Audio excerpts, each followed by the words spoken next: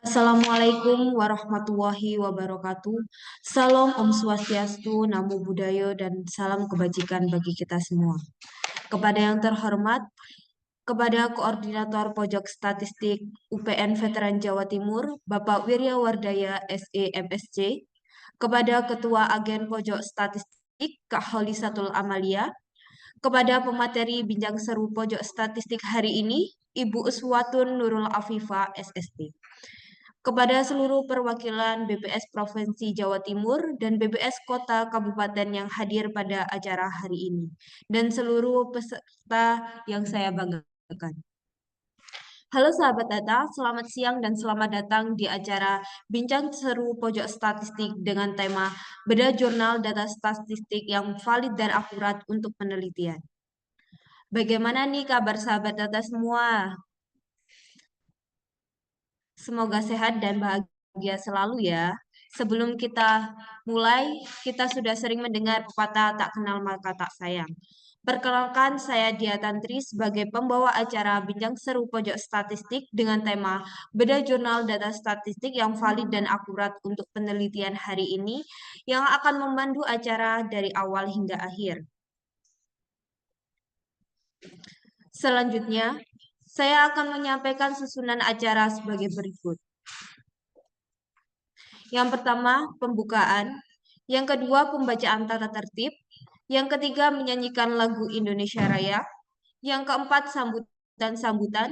Yang kelima, penyampaian materi oleh Ibu Uswatun Nurul Afifah SST beserta sesi tanya jawab. Yang keenam, sesi dokumentasi dilanjut penutupan.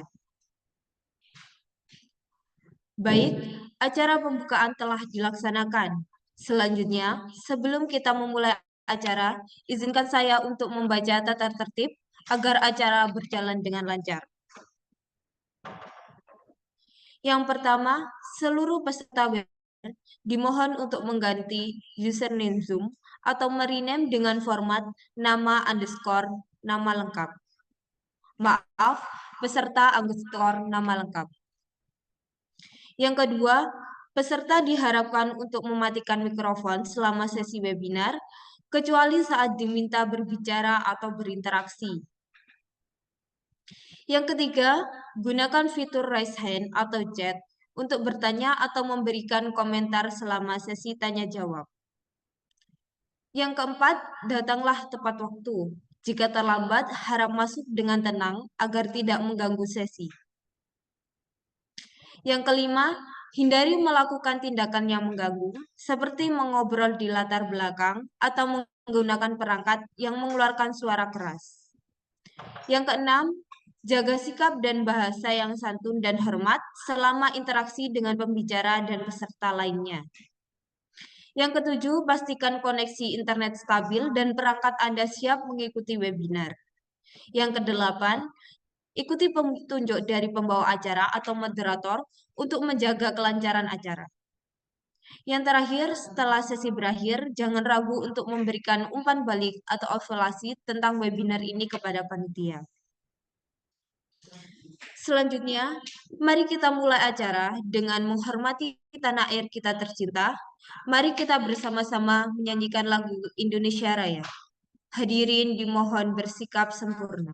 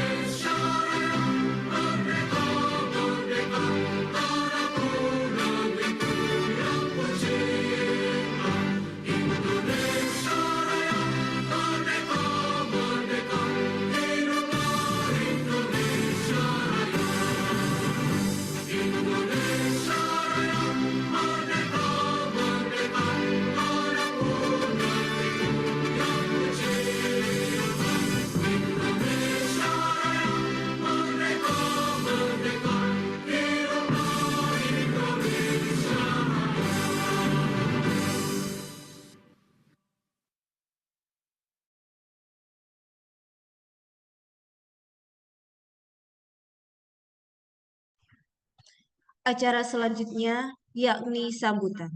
Sambutan pertama oleh Ketua Agen Pojok Statistik UPN Veteran Jawa Timur, Kak Holi Satul Amalia. Kepada Kak Holi dipersilahkan.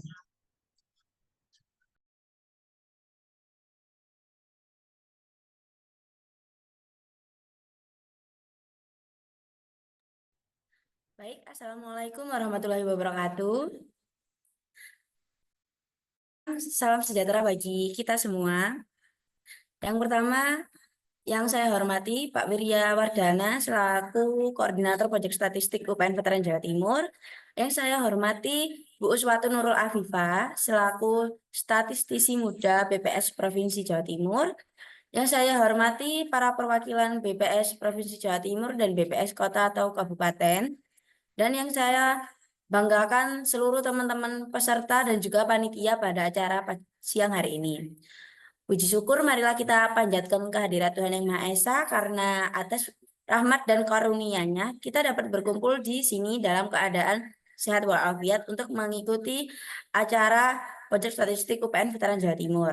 Saya ucapkan terima kasih sebesar-besarnya atas kehadiran sekalian.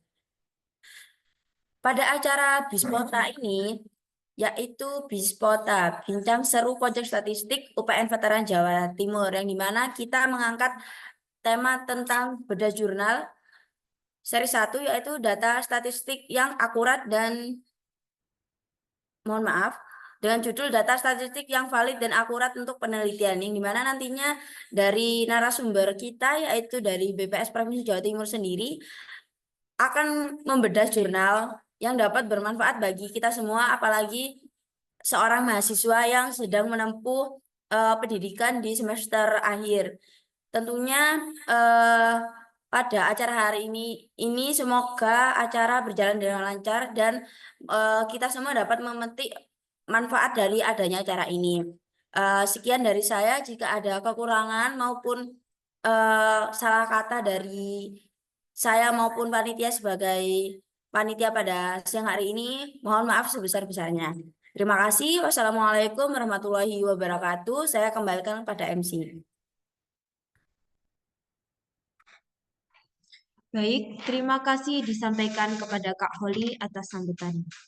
Selanjutnya, sambutan kedua oleh Koordinator Pojok Statistik UPN Veteran Jawa Timur, Bapak Wiryawardaya SEMSC. Kepada Bapak Wiryawardaya dipersilahkan. Mohon maaf, karena Bapak Wiryawardaya berhalangan hadir karena kepentingan fakultas yang tidak dapat ditinggal. Selanjutnya, mari kita memasuki inti acara pada hari ini. Sebelum itu, saya ingin menyapa pemateri kita. Bu Swatun, apakah sudah bergabung dalam Zoom?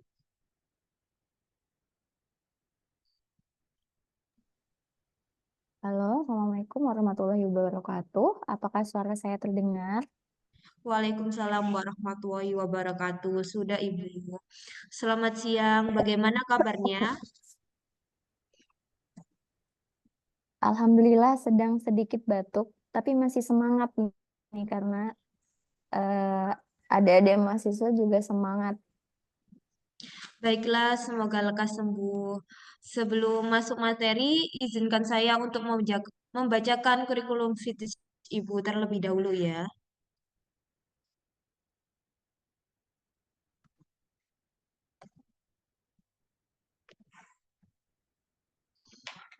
Baik, pemateri kita yaitu Ibu Uswatun Nurul Afifah SST. Beliau adalah statisti muda BPS Jawa Timur yang lahir di Pati pada tanggal 23 Juli 1993.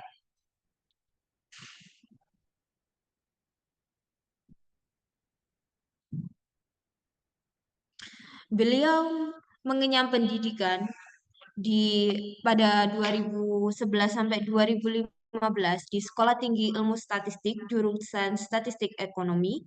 Pada 2016 sampai 2020 sebagai statistik pertama BPS Kabupaten Belitung Timur. Pada tahun 2020 sampai 2024 sebagai statistisi muda BPS Provinsi Kepulauan Bangka Belitung. Kemudian 2024 sampai sekarang menjadi statistisi muda BPS Provinsi Jawa Timur. Berikut adalah penghargaan yang diraih oleh Ibu Uswatun. Salah satunya yaitu juara umum Statistikaria pada Lomba Statistik Institut Pertanian Bogor untuk mahasiswa se-Indonesia 2015. Berikut ini juga jurnal-jurnal penelitian yang dipublish oleh Ibu Uswatun, salah satunya yaitu Indeks Komposit Pembangunan Infrastruktur Provinsi-Provinsi di Indonesia pada Jurnal Ekonomi dan Pembangunan Indonesia.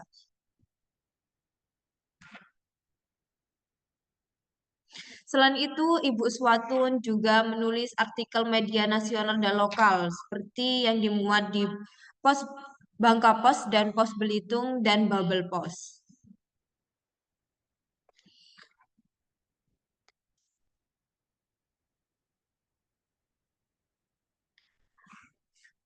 Sepertinya sahabat data sudah tidak sabar mendengarkan materi Ibu. Baiklah, kepada Ibu Uswatun dipersilahkan untuk menyampaikan materi.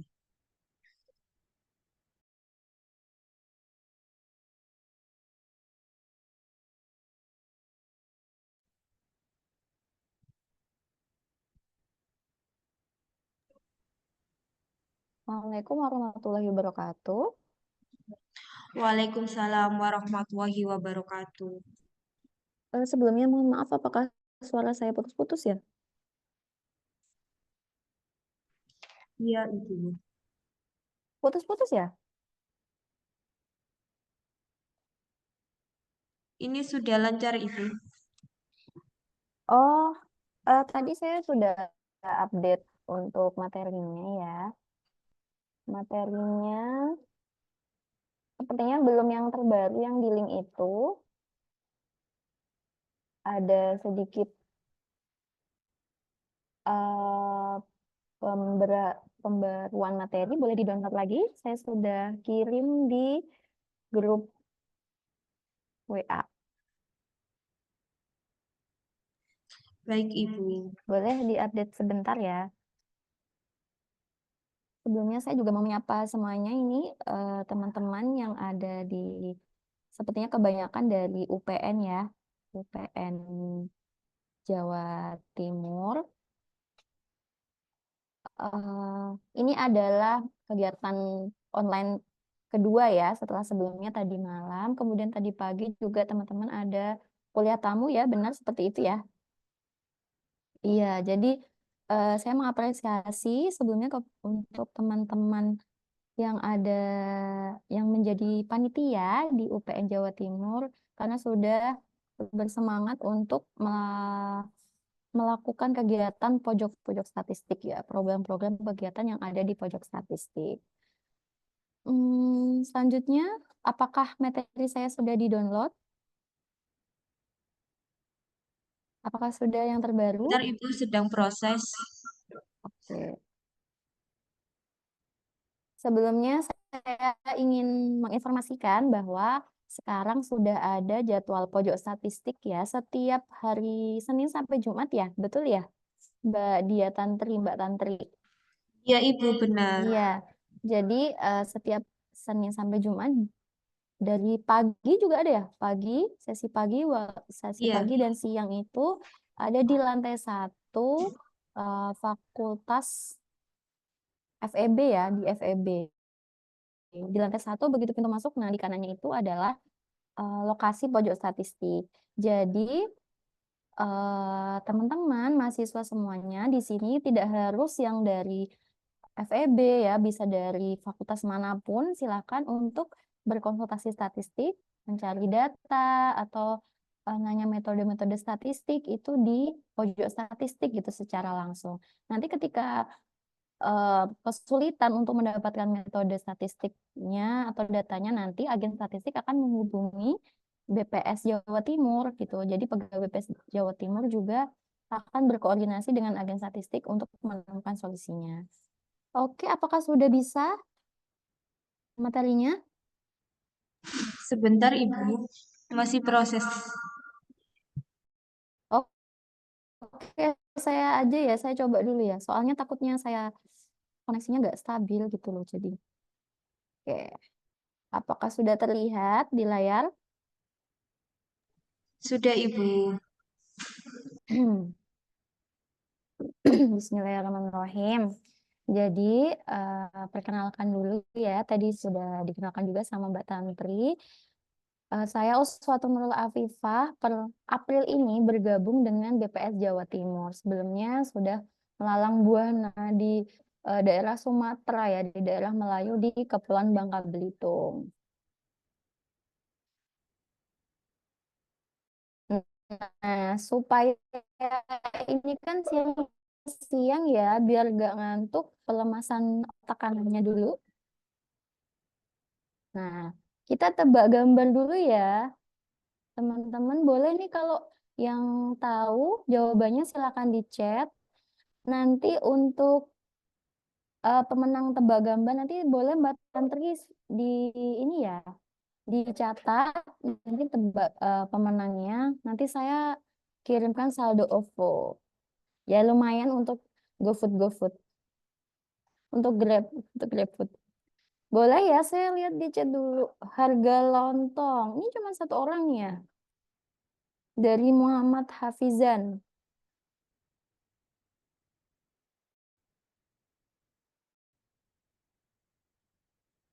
Harga lontong, ya. Kita mulai yang mudah dulu soalnya ya. Pemanasan dulu. Oke. Iya benar ya, ini namanya ini tebak gambar level mudah ini, harga lontong. Cuman karena pemanasan kita nggak apa namanya, nggak dihitung ya. Mbak Tantri apa sudah di-download? Nanti habis tebak gambar yang share coba panitia aja ya. Udah Baik, di-download belum?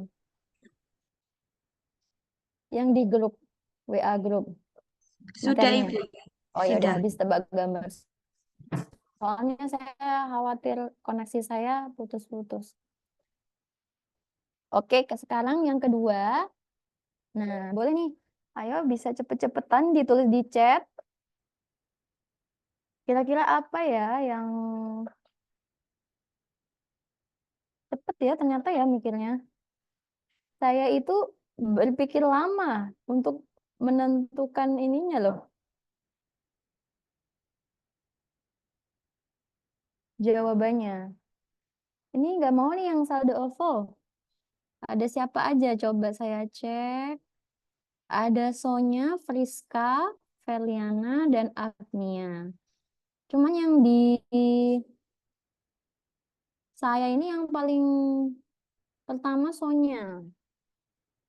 Boleh dicatat dulu ya, Mbak Tantri ya, Sonya.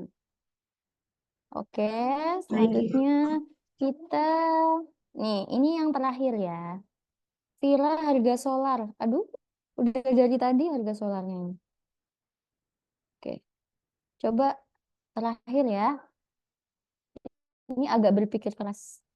Jadi nanti yang terakhir ini yang menentukan siapa pemenang untuk tebak gambar. Oke, ayo boleh ditulis di chat.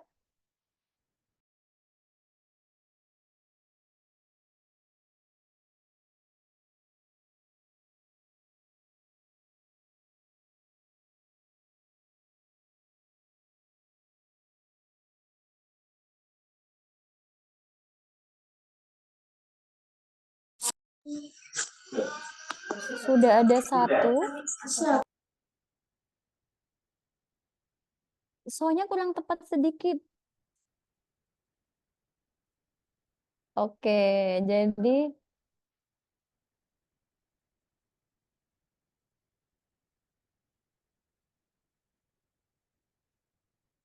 ya sudah ya. Sepertinya ini Sonya sangat mahir dalam tebak gambar ya. Gadis bisu merangkul guling ketika tidur. Aduh, maaf ya. Siapa ini? Muhammad Hafizan ini telat 1 menit kayaknya. Oh enggak, menitnya sama. Tapi tadi Sonya yang pertama. Jadi pemenangnya Sonya. Selamat ya. Boleh nanti di Mbak Tantri boleh di chat ya Sonyanya. Ditanya nomor HP-nya ya.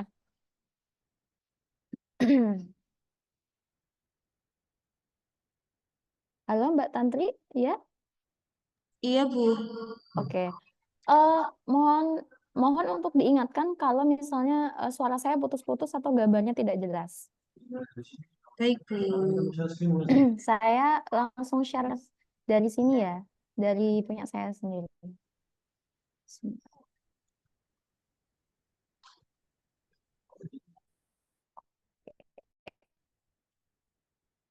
Jadi kenapa kita mulai bedah jurnal ini dengan tema data? Karena ada ungkapan bahwa your data lead your research.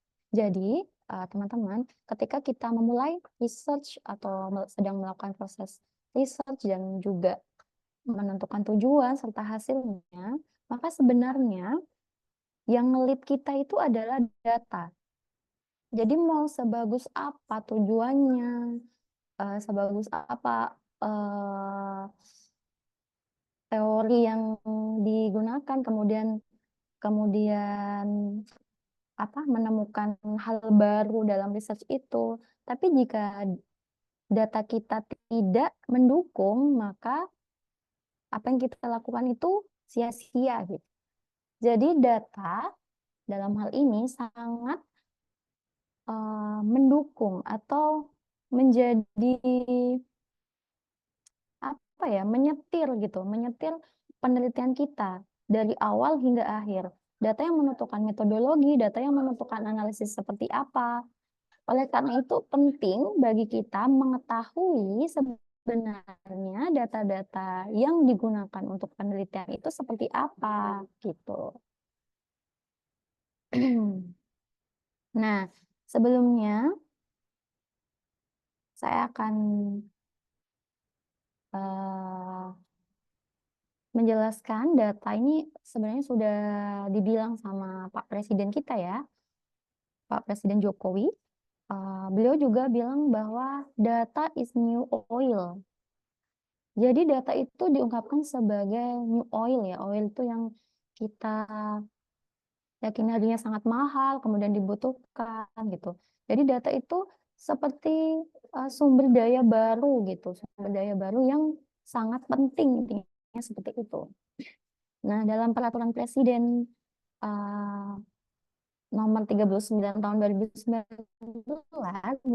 dikatakan bahwa data adalah catatan atas kumpulan fakta atau deskripsi yang berupa angka, karakter, simbol, gambar peta, tanda, isyarat, tulisan, suara, dan atau bunyi yang merepresentasikan keadaan sebenarnya, yang menggambarkan keadaan sebenarnya atau menunjukkan suatu ide, objek, kondisi, atau situasi.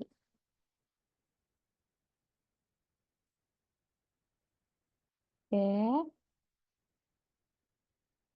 Nah, kemudian kalau data statistik itu apa? Jadi kalau statistik diartikan sebagai produk kegiatan statistik, khususnya pengumpulan, pengolahan data, meringkas, dan menginterpretasikan sampai pada pengambilan keputusan. Nah, oleh karena itu, data statistik itu adalah deskripsi numerik dari aspek kuantitatif sesuatu gitu. Jadi, tapi tidak semua deskripsi numerik, tidak semua angka itu data statistik ya. Jadi dia merupakan produk kegiatan statistik.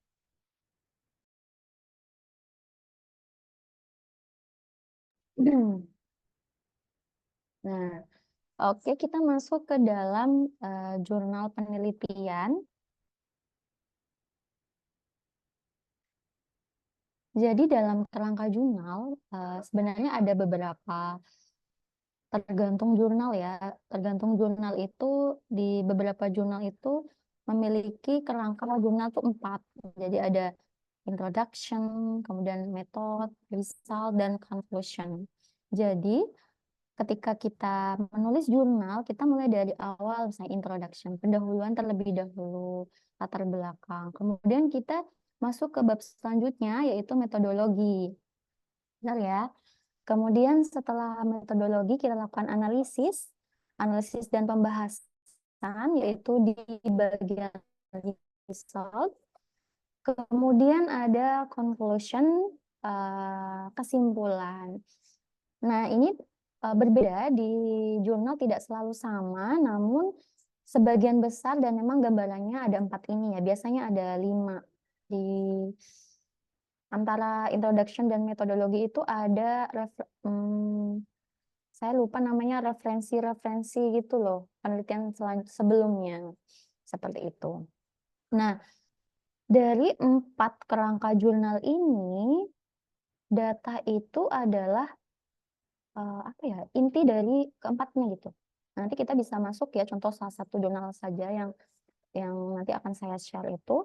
Data itu bagaimana data itu bisa melit gitu ya ke introduction, kemudian metodologi, kemudian result, dan juga conclusion. Oke, kita masuk, ini adalah penelitian yang menggunakan data BPS. Tadi sudah dijelaskan sebenarnya di awal ya sama Mbak Tantri tentang beberapa penelitian saya. Sekarang ada 11 jurnal yang sudah diterbitkan di level nasional. Ada mulai dari Sinta 5, 4, 3, dan 2 gitu. Nah, saya akan mengangkat jurnal yang Sintanya paling tinggi ya, Sinta 2. Jadi dari 11 jurnal itu saya menggunakan data BPS. Mungkin ada yang bilang, ya iyalah orang BPS gitu ya. Tapi memang bagaimana ya, tidak terlepas gitu. Walaupun saya bukan orang BPS, itu pasti ujung-ujungnya akan mencari datanya di BPS. Jadi karena di BPS ada beragam data yang bisa kita gunakan dan valid untuk melakukan penelitian gitu, untuk menulis jurnal, nanti juga bisa untuk menulis skripsi, dan juga mungkin tugas-tugas yang menggunakan menggunakan data ya untuk mengambil kesimpulan gitu. Karena kan kalau tidak ada data ya opini kita hanya sekedar opini ya, dan tidak dibuktikan dengan fakta. Oke, jadi jurnal ini bisa diakses di jpfeui.ac.id. Ini dulu waktu saya masih lumayan baru waktu bekerja ya, waktu bekerja di BPS Belitung Timur. Ini kami ikut call for paper-nya UI waktu itu dan melalui proses yang sangat panjang. Jadi ada setahun proses untuk diterbitkan itu sangat lama. Nah, ini contoh saja ya bagaimana nanti saya akan memaparkan fakta gitu, betapa kita sangat membutuhkan data untuk penelitian.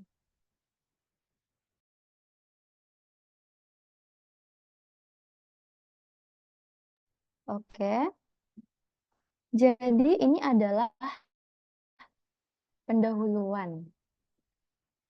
Judul jurnal saya adalah Indeks Komposit Pembangunan Infrastruktur Provinsi-Provinsi di Indonesia. Jadi saya kutipkan saja ya, di pendahuluan itu misalnya, bahkan di paragraf pertama itu saya mengatakan bahwa langsung ya, produk domestik bruto atas dasar harga konstan 2000 dalam dekade terakhir selalu mengalami kenaikan di Indonesia. Nah, jadi di pendahuluan itu juga kita menggunakan data.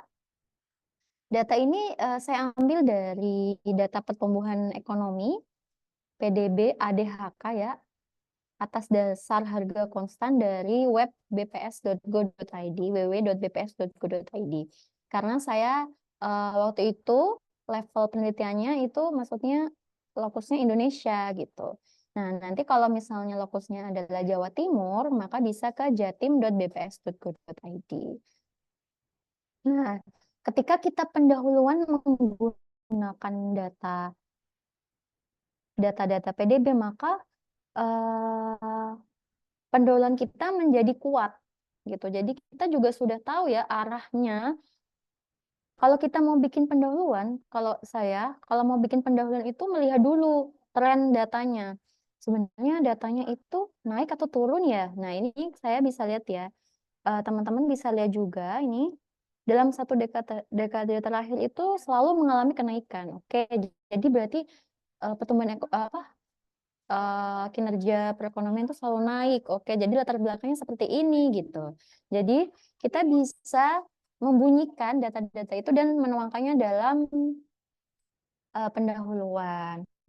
Kemudian stabilnya pembangunan Indonesia dilihat dari pertumbuhan ekonomi tidak lepas dari kontribusi faktor infrastruktur. Nah, dari sini karena saya tadi dari awal adalah tujuannya tentang indeks, jadi menyusun indeks baru tentang pembangunan infrastruktur provinsi-provinsi di Indonesia seperti itu.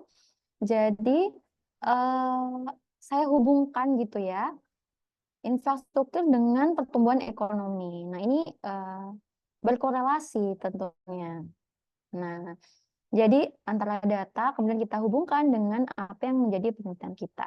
Kemudian di pendahuluan tidak hanya data dari BPS ya, supaya beragam, maka saya juga menggunakan data statistik lainnya dari APBN Kementerian Keuangan. Waktu itu di website Kemenq. Nah, disebutkan bahwa di website itu rata-rata anggaran itu mencapai APBN infrastruktur itu naik ya dari 76 triliun menjadi 206 triliun. Nah, itu kan kenaikan yang signifikan sekali. Oleh karena itu, dari data itu, kalau kita melihat data ya, oh ini naiknya tinggi, oke. Berarti kita bisa menghubungkan gitu pendahuluannya gitu. Begitu besar apa trennya naik. Dari situlah muncul pendahuluan dan kita bisa menarasikannya.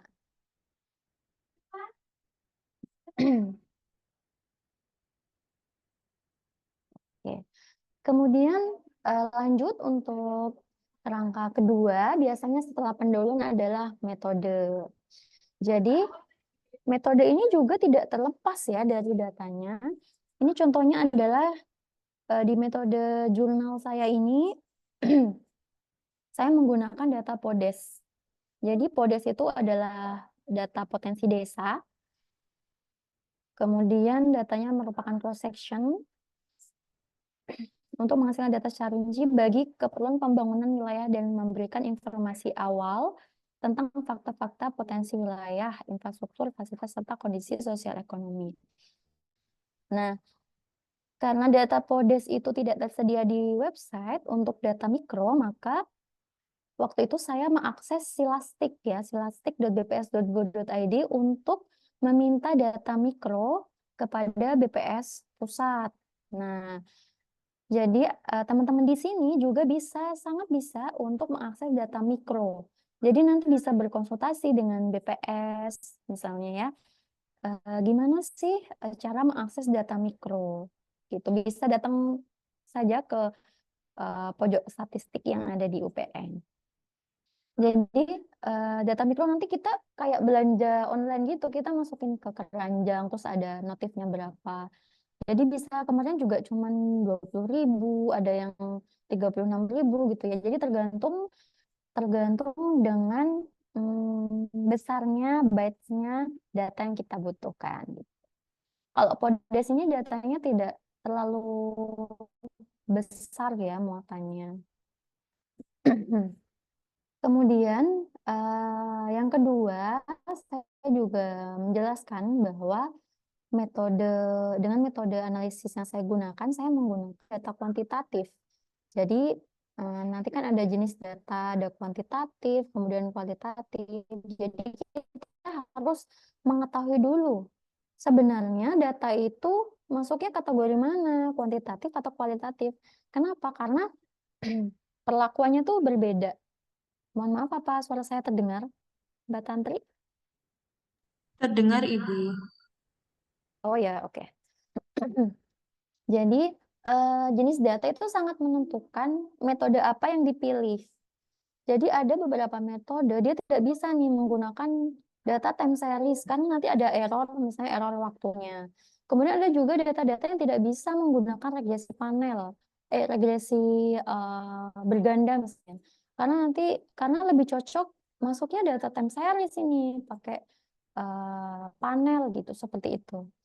Atau misalnya datanya kualitatif, jadi menggunakan metode-metode yang mendukung data kualitatif gitu. Nah, dalam penelitian saya ini, datanya adalah kuantitatif dan saya menggunakan analisis multivariat dengan metode analisis faktor yang dirasa cukup untuk melakukan penyusunan indeks komposit. Gitu. Jadi, untuk menentukan metode, kita harus memahami jenis data yang kita gunakan dalam penelitian kita. Oke. Kemudian ini adalah hasil dan pengolahan ya. Hasil dan pengolahan ini, oh ya, di hasil ini, ini adalah hasilnya. Tentu saja kalau pengolahan data sangat tidak terlepas ya dengan data itu sendiri. Jadi dengan tadi saya sudah olah datanya itu, kemudian saya tuangkan komponen skor koefisien matriksnya, ada beberapa indikator kesehatan dari rumah sakit sampai apotik. Nah, ini maksudnya adalah pengolahan data memenuhi asumsi dari alat analisis. Jadi saat kita mengolah data pun kita memiliki apa ya, term and condition untuk menggunakan metode tertentu. Misalnya ada metode ada syarat-syaratnya ya. Jadi misalnya harus normal, kemudian harus non autokorelasi seperti itu. Nah, itu harus kita lihat juga ya dari pengolahan data itu gitu. Nah, inilah mengapa lagi-lagi saya bisa katakan bahwa sebenarnya penelitian kita itu ya disetir oleh data yang kita miliki gitu. Seperti itu. Kemudian dalam analisis saya juga ini bisa dilihat ya. Saya menghubungkan hasil olahan data saya dengan data-data lainnya yang sudah valid. Jadi ini saya kan ada data, saya membuat indeks komposit. Kemudian di BPS itu sudah ada IPM. Nah, tadi pagi udah dijelasin ya waktu Bapak pada kuliah tamu ya. Nah, itu ada indeks pembangunan manusia, ada PDRB. Nah, kemudian hasil data saya indeks, karena ini kan menyusun indeks itu berarti baru gitu ya. Maksudnya saya itu membuat indeks baru. Nah, untuk melihat beberapa applicable atau berapa apa ya, valid atau enggak sih indeksnya. Nah, itu dikaitkan dengan, saya kaitkan dengan data-data yang sudah ada gitu, seperti IPM, Indeks Pembangunan Manusia. Nah, kemudian ada juga IPR dan PDRB. Kalau IPR dan PDRB serta IPM ini memang sudah apa ya, data-data ofisial ya yang sudah dikeluarkan BPS. Kenapa? Jadi sudah teruji ya, sudah bisa dibandingkan, data BPS itu sudah bisa dibandingkan antar negara bahkan ya. Jadi misalnya data PDRB, pertumbuhan ekonomi Indonesia, dengan dibandingkan dengan pertumbuhan ekonomi di yang lagi panas apa? Di Cina gitu misalnya. Itu tuh bisa gitu karena data BPS sudah valid gitu dan akurat untuk diperbandingkan. Nah, tidak semua data itu bisa melihat keterbandingan gitu. Jadi sesuai dengan konsep dan definisinya. Nah, karena BPS ini merupakan menghasilkan official statistik, maka datanya tuh bisa dibandingkan antar negara. Itu yang bisa kita bedah dari result atau hasil dan pembahasan ya biasanya. Nah, saya menghapus kesimpulan seperti. Jadi kemudian ada juga kesimpulan. Jadi untuk kesimpulan di jurnal saya ini sudah pasti kesimpulan itu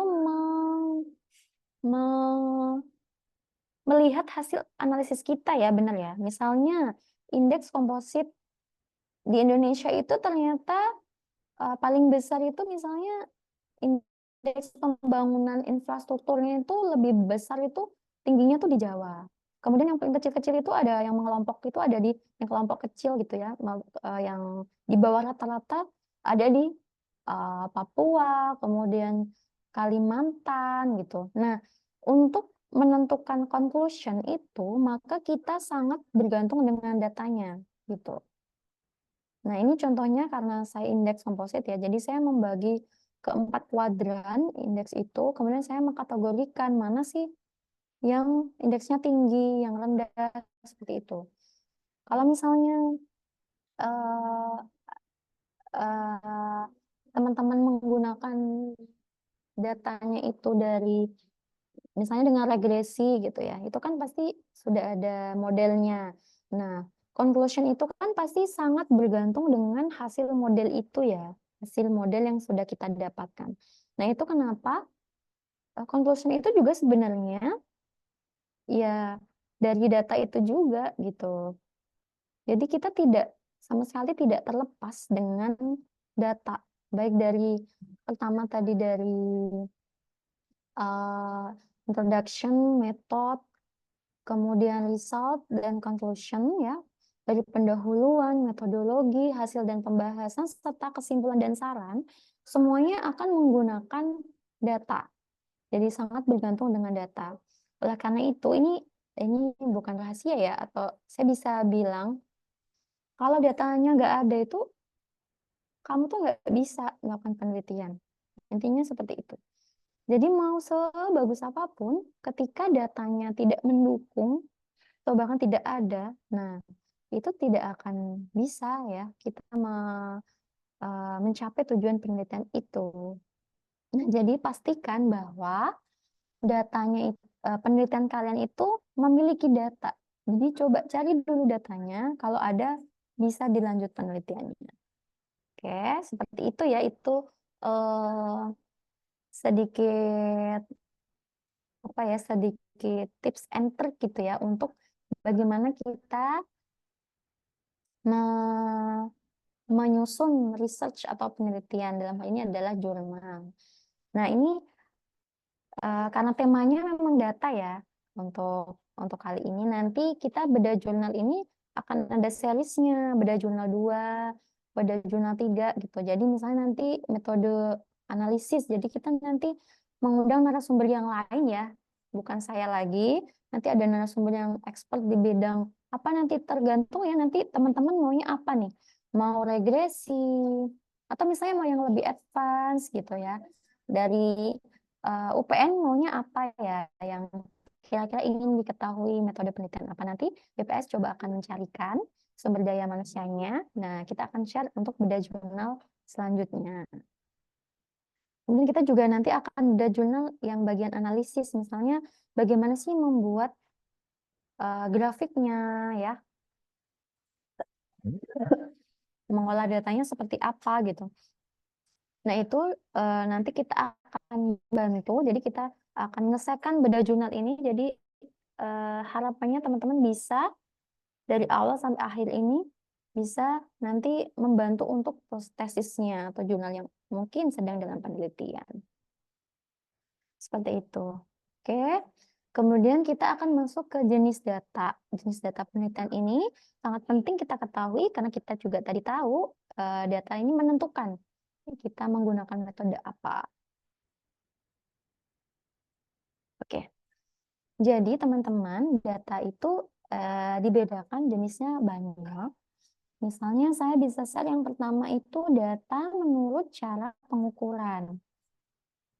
Jadi ada data kualitatif dan juga data kuantitatif. Kualitatif itu seperti apa? Jadi data kualitatif adalah data yang menunjukkan kualitas mutu suatu objek ataupun gambaran suatu fenomena, proses kejadian atau peristiwa dan lain-lain yang dinyatakan dalam bentuk perkataan. Jadi tidak dalam berbentuk angka. Nah, contohnya apa? Contohnya adalah data jenis kelamin, misalnya laki-laki 1, perempuan 2 gitu, atau sangat puas, puas, tidak puas. Nah, ini biasanya teman-teman di sosial itu banyak yang menggunakan data kualitatif ya untuk penelitian-penelitian di sosial. Kemudian ada juga data kuantitatif, itu data yang memang bentuknya itu sudah angka dan dapat dilakukan operasi matematis. Artinya kalau laki-laki dan perempuan itu kan misalnya 1 tambah 2, kan tidak jadi 3 ya, kalau data kualitatif. Nah, kalau data kuantitatif ini bisa dilakukan operasi matematis, misalnya pendapatan. Jadi ada data pendapatan mahasiswa FEB dengan mahasiswa apa fakultas lainnya, fakultas A dan fakultas B. Nah, itu dijumlah, dibagi, itu bisa dilakukan operasi matematis. Seperti itu. Kemudian ada juga data menurut waktu pengumpulan. Nah, ini juga sebenarnya menentukan metode apa yang kita ambil ya. Ada data cross section, data yang dikumpulkan pada suatu waktu tertentu. Jadi di satu waktu gitu, untuk menggambarkan keadaan kegiatan pada waktu tersebut. Misalnya data penelitian yang menggunakan kuesioner. Jadi dia ditanya di waktu itu gitu. Nah, itu adalah data cross section. Kemudian bagaimana dengan data berkala atau time series? Nah, kalau time series ini biasanya sudah punya pola ya. Jadi dia itu dari waktu ke waktu biasanya untuk melihat perkembangan. Misalnya data inflasi. Inflasi itu kan tiap bulan ya. Tiap bulan misalnya bulanan, tahunan, dengan periode waktu yang ditentukan. Nah, antar waktu ke waktu dibandingkan, nah itu adalah data time series.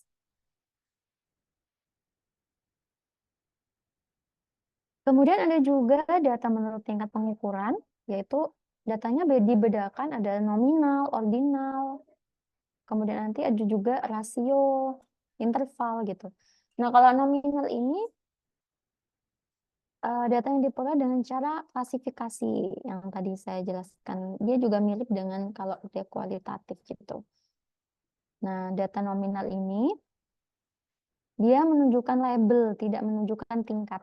Jadi misalnya jenis pekerjaan ada pegawai swasta, pegawai negeri, dan wira swasta. Kodenya 1, 2, 3. Nah, itu masuknya adalah skala nominal. Kalau skala nominal, maka dia tidak bisa digunakan untuk metode tertentu ya. Misalnya tiba-tiba menggunakan regresi panel untuk variabel skala nominal. Maka itu tidak boleh, tidak bisa. Nominal itu biasanya, nominal dan ordinal itu data regresi kategori gitu. Nah, kemudian data skalanya data ini skalanya ordinal misalnya ya. Jadi data yang diperoleh dengan cara kategorisasi atau klasifikasi, tetapi di antara data tersebut terdapat urutan atau tingkatan tertentu. Misalnya ini adalah kepuasan pelanggan. Jadi ada yang puas, kodenya 1. Cukup puas, kodenya 2. Tidak puas, 3, dan seterusnya gitu. Sangat puas gitu. Nah, ini dia memang kategorisasi, namun ada urutan ya. Jadi ada yang sebenarnya nilainya itu lebih kecil gitu. Nah, ini juga bisa mempengaruhi penggunaan metodologi. Jadi ordinal ini juga tidak bisa digunakan ketika kita mau metodenya misalnya regresi berganda gitu. Nah, itu tidak bisa. Jadi menentukannya itu juga harus kita melihat datanya terlebih dahulu. Kemudian ada yang lanjutnya adalah data skala interval. Data yang berupa nilai berurutan dan masing-masing memiliki jarak atau perbedaan yang bermakna. Nah, ini dari Abu Zar ya, dari bukunya. Kemudian, maksudnya dari penelitiannya, namun jarak tersebut bukan merupakan kelipatan karena angka 0 dalam skala interval tidak mutlak.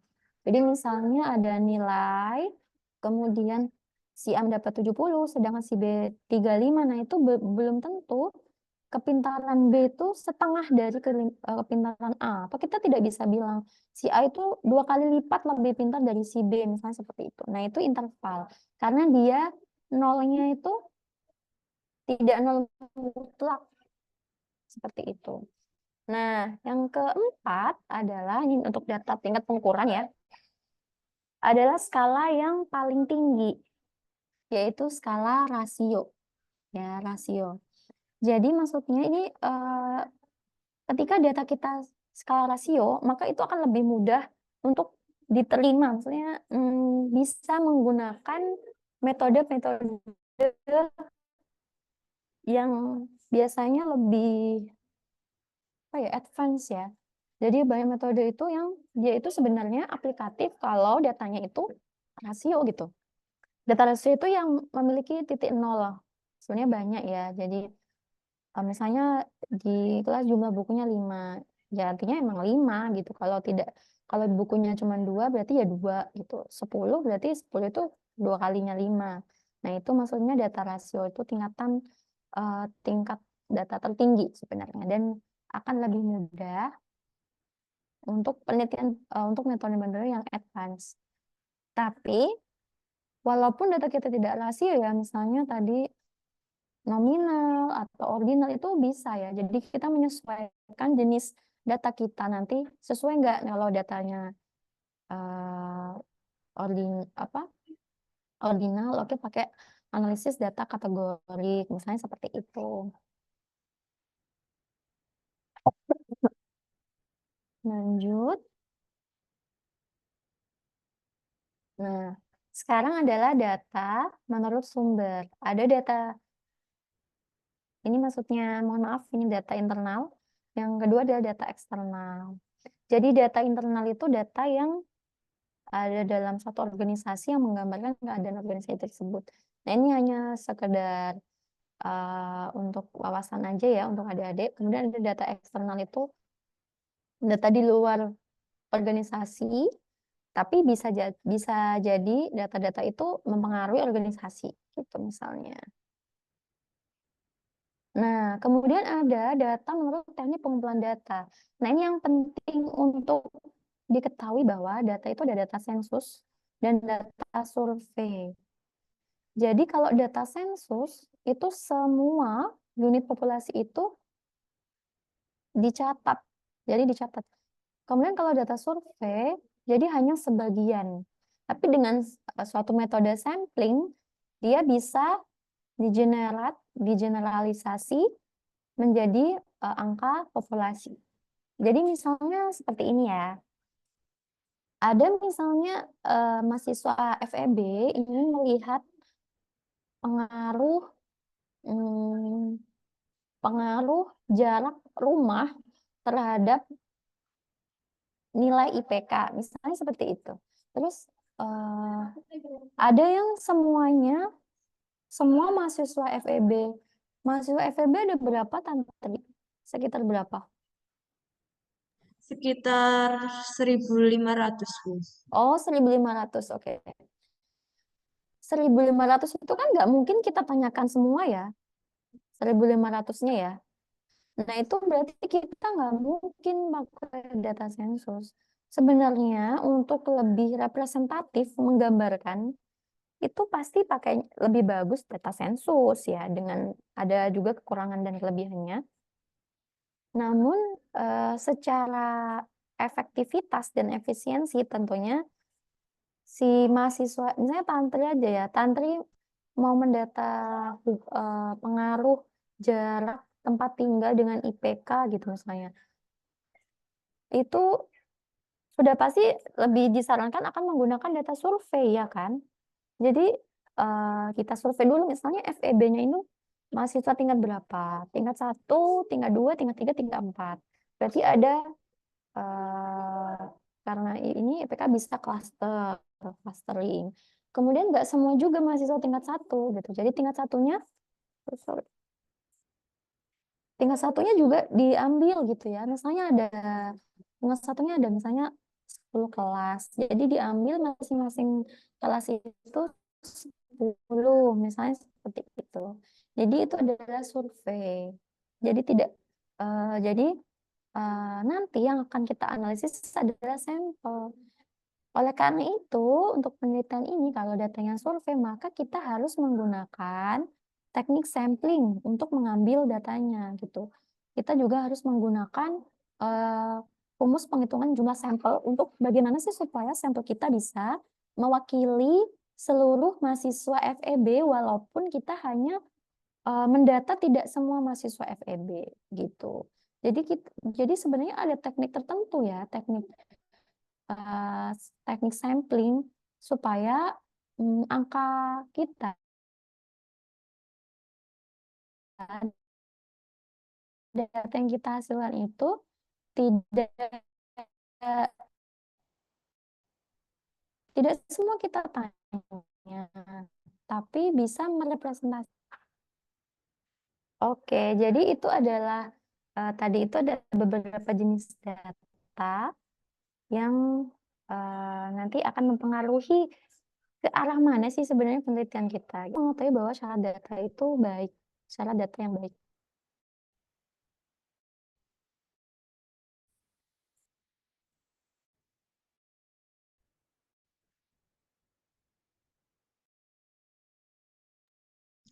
Mohon maaf, Ibu Uswatun, apa ada kendala jaringan? Baik, yang pertama adalah objektif dan diungkapkan apa adanya dengan keterangan. Putus-putus ya?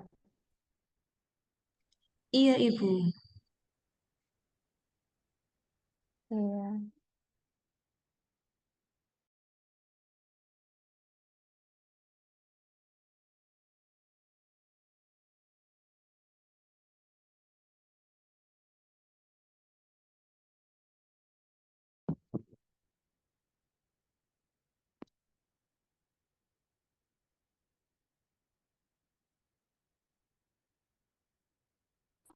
Ya tadi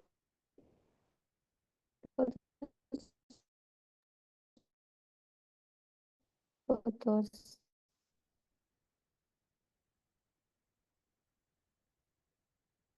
Halo, Tantri, Iya, Ibu. Sudah. kayak mana ya? Atau kita bantu yang share screen? Iya boleh panitia aja yang share screen sampai salah data yang baik ya. Ya, baik, Bu.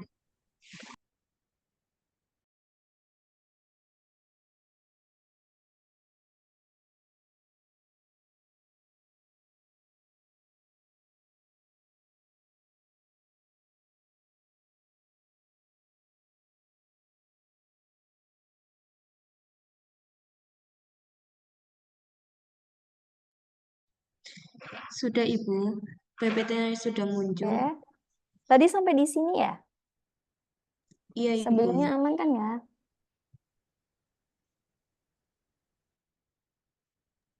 Oke, sekarang adalah salah data yang baik.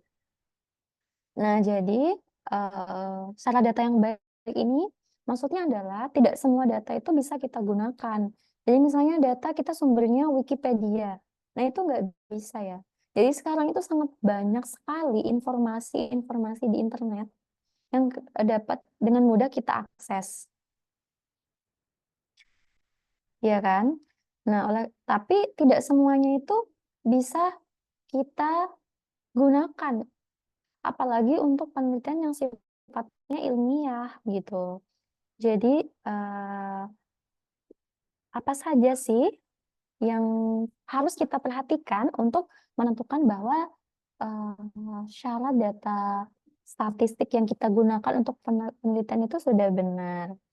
Nah, yang pertama adalah tadi objektif, harus sesuai dengan keadaan yang sebenarnya dan diungkapkan apa adanya dengan keterangan yang benar. Apalagi jika teman-teman mahasiswa itu datanya data primer ya, jadi data yang dikumpulkan sendiri. Jadi apa ya, kalau penelitiannya tuh turun ke lapangan gitu misalnya. Nah, itu pastikan bahwa datanya objektif. Kemudian representatif harus mewakili kelompok objek yang diamati. Artinya, tadi seperti yang saya sudah contohkan tadi ya, untuk penelitian terhadap 1000-an mahasiswa FEB itu, walaupun kita tidak bisa meneliti ke 1000-nya, maka pastikan bahwa sampel yang kita ambil itu mewakili kelompok mahasiswa FEB yang sedang kita amati dalam penelitian. Kemudian akurat dan reliable maksudnya adalah mampu secara tepat menggambarkan kondisi yang sebenarnya. Jadi akurat gitu loh. Kemudian tepat waktu. Nah, ini sebenarnya maksudnya tepat waktu ini adalah menggambarkan suatu fenomena atau kejadian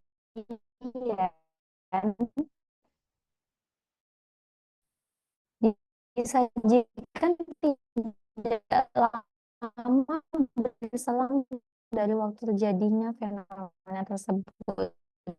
24. Jangan menggunakan referensi ya, misalnya setahun 2010. Tapi kalau misalnya dari 2010 sampai 2023, nah itu masih dikatakan up to date. Ini juga sangat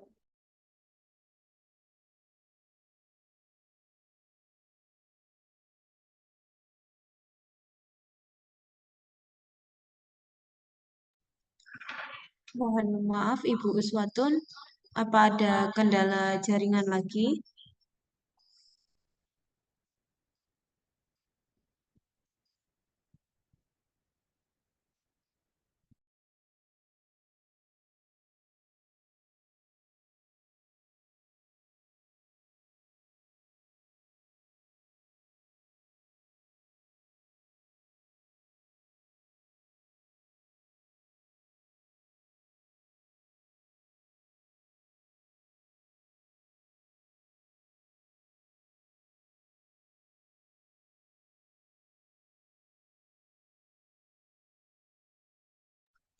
Mohon maaf untuk peserta webinar, dimohon untuk menunggu karena Ibu Uswatun ada kendala jaringan.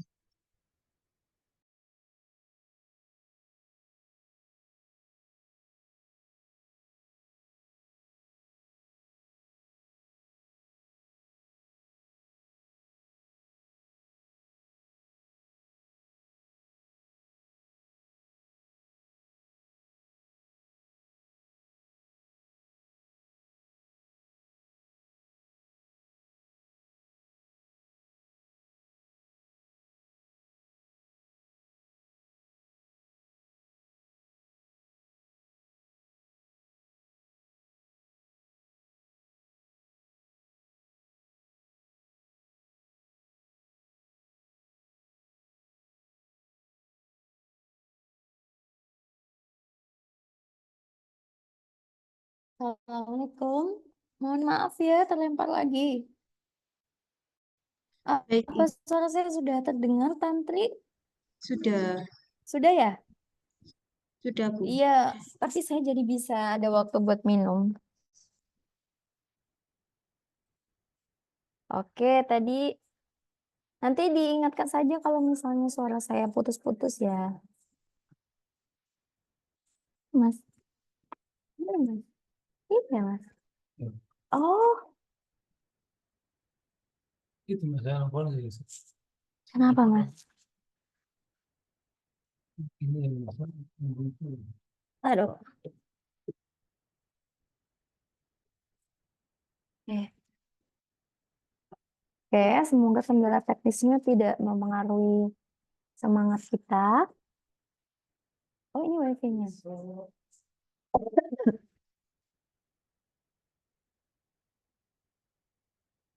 Nanti disiapkan pertanyaannya ya, soalnya ada penanya terbaik juga nanti saldo foto untuk jadi nanti kalau ada penanya terbaik, kalau dari panitia nanti kita skip untuk peserta penanya terbaik. Oke. Sekarang apa suara saya sudah terdengar, Tantri? Sudah Ibu, tetapi agak putus-putus. Saya matikan video kali ya.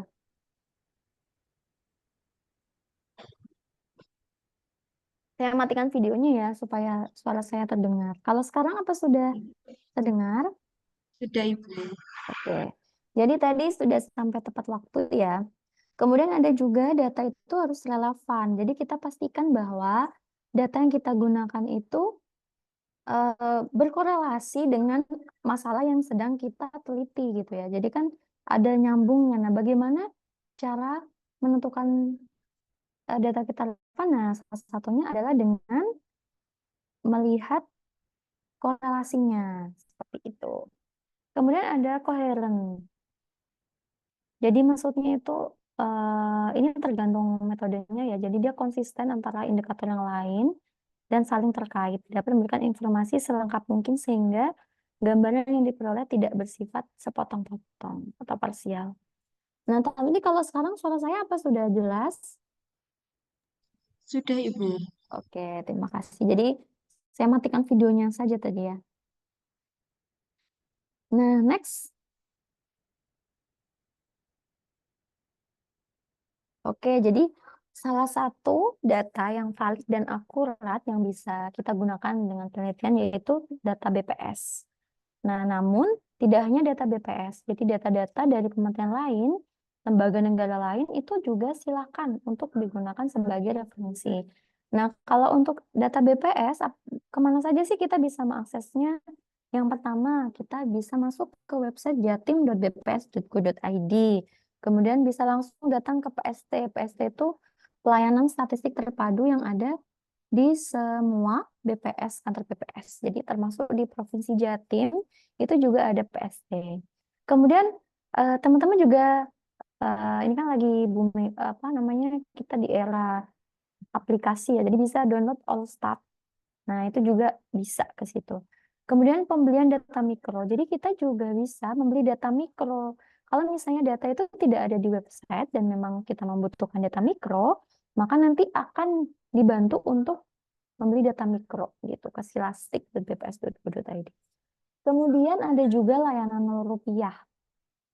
Nah, layanan Rp0 ini maksudnya adalah jadi eh, untuk akademisi itu kita ada dari BPS itu ada kemudahan jadi Rp0 dengan beberapa syarat, misalnya akunnya harus ditandatangani oleh pengajuan suratnya itu harus ditandatangani oleh dekan atau setara eselon 2 misalnya seperti itu. Dan akunnya itu bukan akun mahasiswa tapi akun fakultas. Nah, ini sudah beberapa yang memiliki. Untuk di Jatim itu sepertinya ITS punya, UNED juga punya. Nah, kemarin kalau nggak salah UPN sedang proses ya. Tapi saya juga belum pastikan lagi. Nanti ada, kalau bisa jangan disia-siakan ya layanan Rupiah ini gitu.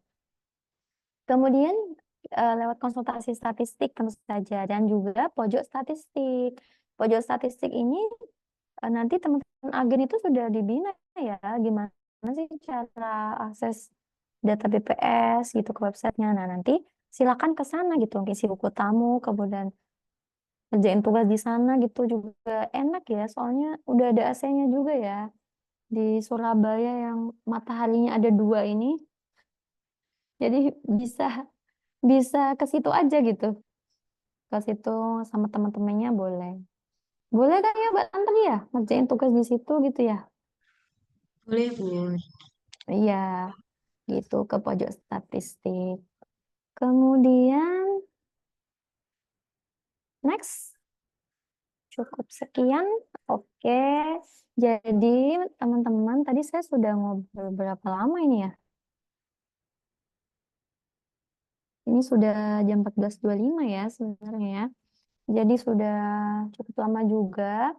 Nanti takutnya bosen dengan suara saya lagi batu-batu. Jadi untuk Bedah Jurnal Series kali ini saya cukupkan untuk materi data statistik yang valid dan akurat untuk penelitian. Nah, jangan lupa nanti ke Bedah Jurnal Series yang selanjutnya ini harus tetap ikut ya. Ada 132 peserta ini nanti ikut lagi gitu. Baiklah, terima kasih. Mohon maaf jika dalam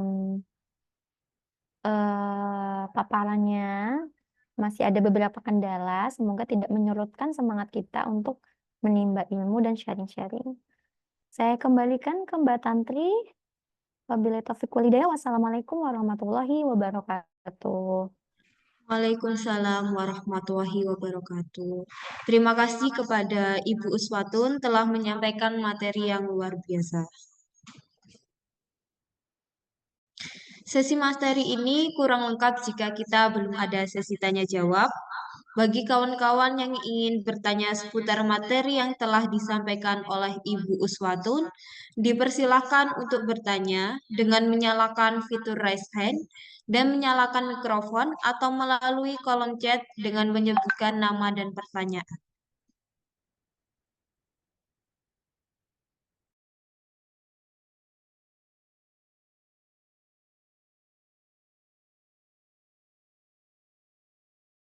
Oh ya, Mbak Tantri nanti, ini ada yang nanya, materinya nanti di-share.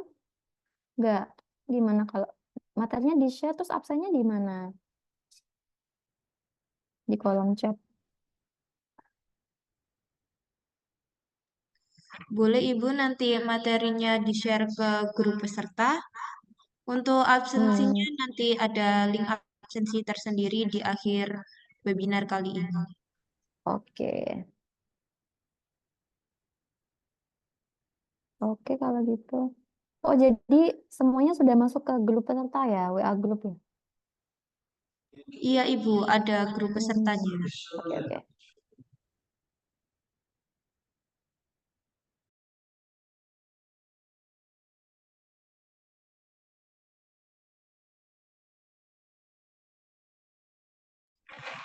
Bagi peserta yang ingin bertanya, bisa raise hand atau menulis pertanyaannya di kolom chat dengan nama underscore pertanyaan.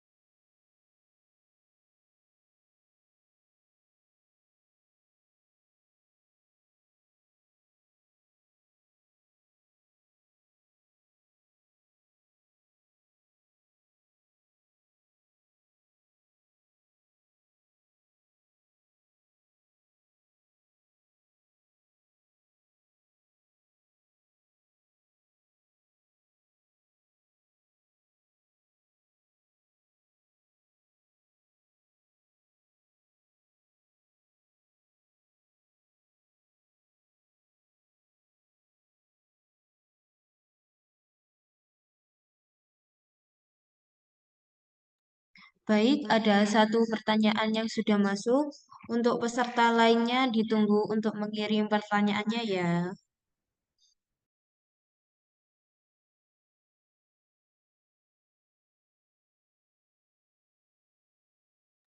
Nanti kalau William jadi satu-satunya yang nanya, nanti berarti penanya terbaik otomatis William ya berarti ya.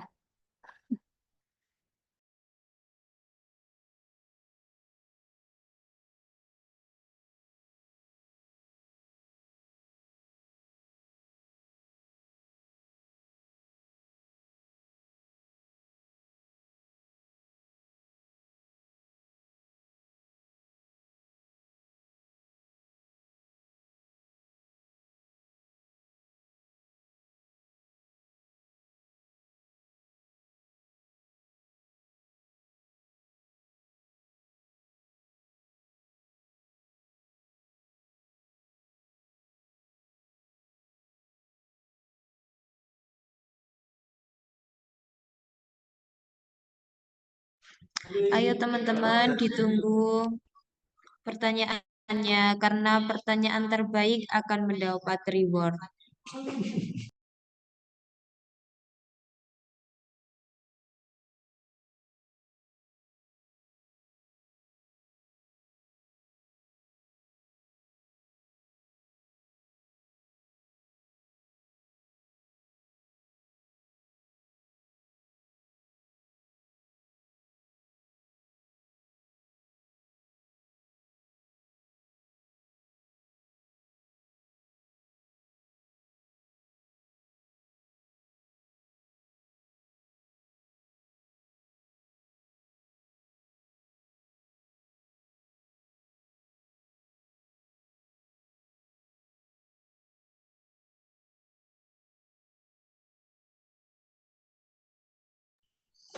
Bagi teman-teman peserta untuk mengirimkan pertanyaan, kita kasih waktu 15 menit lagi.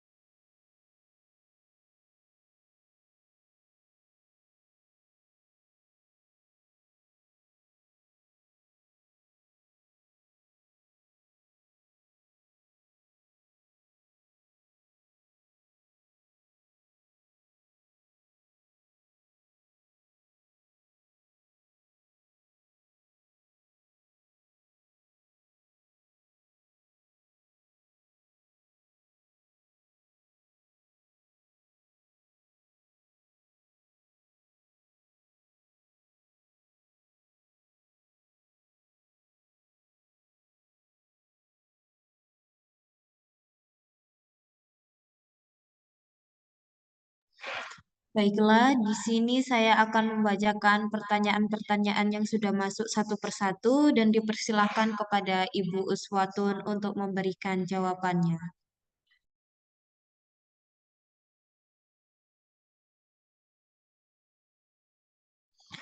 Dari Mas William Stepanus Tristan Lestar.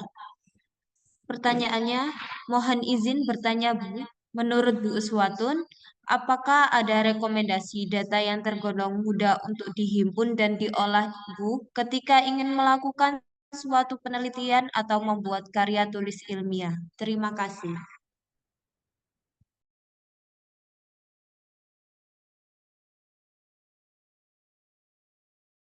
Kepada Ibu Uswatun, Saya langsung jawab ya, Mbak Tantri. Baik, Bu. Oke, terima kasih Mas William. Jadi data yang tergolong mudah untuk dihimpun dan diolah ya. Eh, Sebenarnya mudah atau tidaknya itu tergantung ya. Mudah tuh maksudnya gimana? Bisa mudah kalau datanya sedikit, mudah karena nyarinya cepat.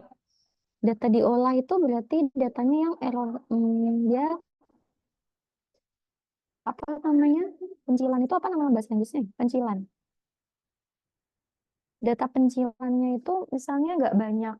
Jadi dia nanti distribusinya normal. Misalnya seperti itu.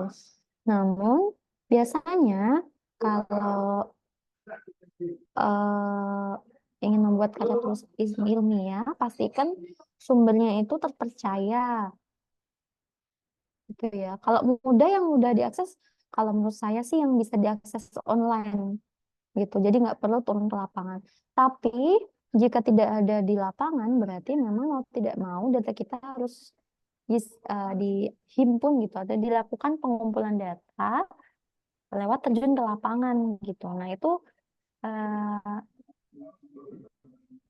tidak bisa dikatakan mudah ya. Jadi tidak bisa kita katakan mudah karena tidak ada penelitian yang mudah sebenarnya. Jadi pasti ada effortnya.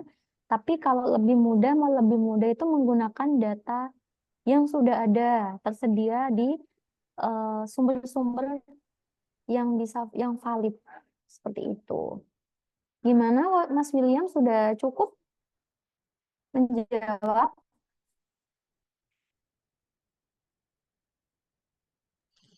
Mas William, apa Mm-mm. sudah dicukupkan?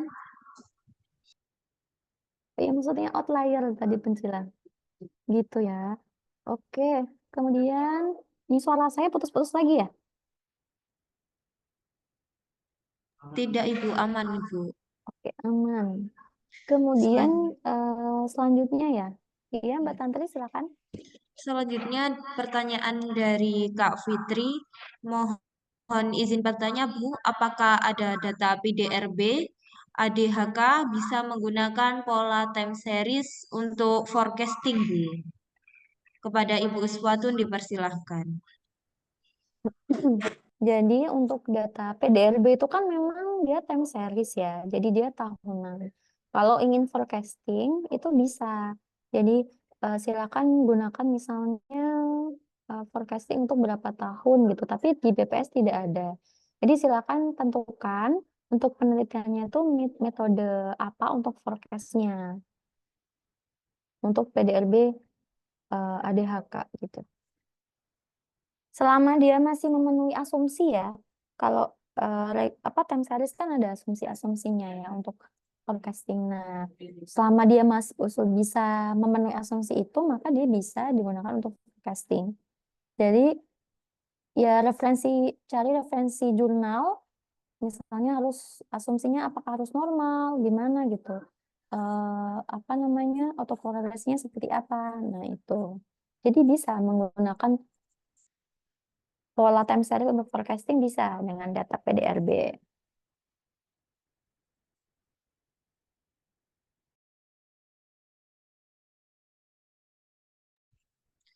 Apakah sudah dicukupkan oleh Kak Fitri?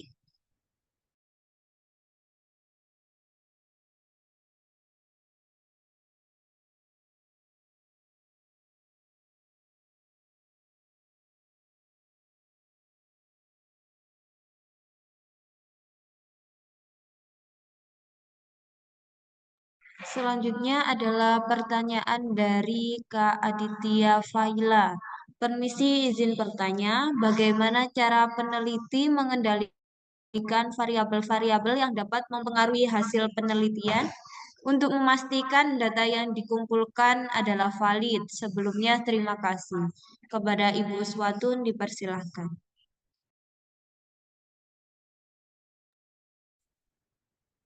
Oke, Mbak Tantri nanti kalau suara saya putus-putus tolong di chat aja ya atau di ini aja. Baik, Eh, Ibu. eh, jadi ketika kita mau ini datanya bisa primer atau sekunder ya, Mas atau Mbak ini Aditya Faila. Jadi misalnya Aditya, kalau misalnya data kita primer, untuk menentukan apakah data yang kita kumpulkan valid, maka harus kuesionernya diuji validitas dan reliabilitas. Jadi sebelum kuesionernya itu atau angket lah ya, itu digunakan, turun lapangan itu digunakan, maka dipastikan dulu apakah kuesionernya itu valid atau reliable gitu dengan uji validitas dan reliabilitas seperti itu. Nah, ini nanti sepertinya akan bisa untuk beda jurnal seri selanjutnya ya. Bagaimana kita melakukan uji reliabilitas dan validitas kuesioner misalnya. Seperti itu, Aditya. Kepada Kak Aditya, apa sudah dicukupkan jawabannya?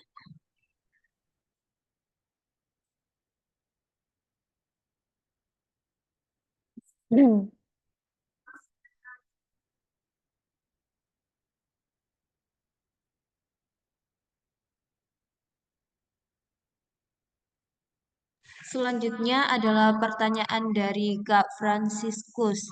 Izin bertanya, untuk data yang dimaksud valid dan akurat yang sumbernya dari instansi atau dinas atau kementerian, apakah harus melalui izin atau rekomendasi dari BPS RI karena sudah sesuai dengan tata cara, metodologi, dan metadata, ISO survei atau polling? Terima kasih.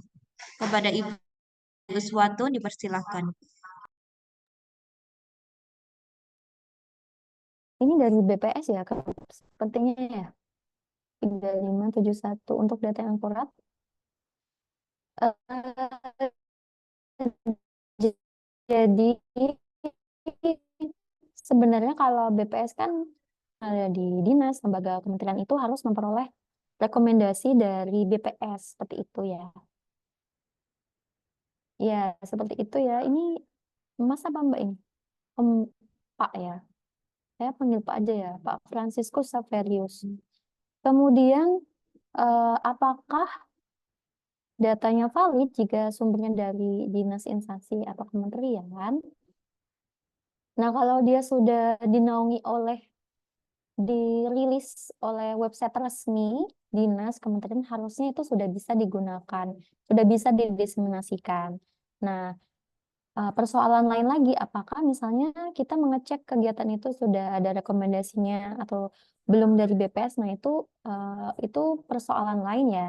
Jadi, kalau untuk penggunaan datanya sendiri dari dinas atau kementerian itu, kalau untuk penelitian sesuai judul kita hari ini itu bisa, asalkan websitenya resmi gitu. Nah, di dalamnya kan itu sudah ada konsep dan definisinya ya. Walau misalnya data kependudukan itu dari Dukcapil dan BPS itu bisa berbeda. Bahkan memang berbeda ya, karena konsep dan definisinya berbeda. Gitu, konsep penduduk yang BPS itu kan ada faktor, kemudian kalau Dukcapil kan de jure ya, jadi sesuai KTP. Kalau BPS ya kalau dia tinggal di situ 6 bulan atau berkeinginan menetap, kita sebutnya penduduk misalnya seperti itu. Jadi memang kalau untuk penelitian bisa digunakan jika sumbernya dari dinas instansi, walaupun kita belum mengetahui apakah dia sudah mendapatkan rekomendasi dari BPS atau belum. Karena sebenarnya kebanyakan juga, misalnya dinas atau kementerian itu yang vertikal. Misalnya kalau kementerian yang vertikal itu bukan wewenang BPS daerah untuk memberikan rekomendasi ya, tapi dari BPS pusat.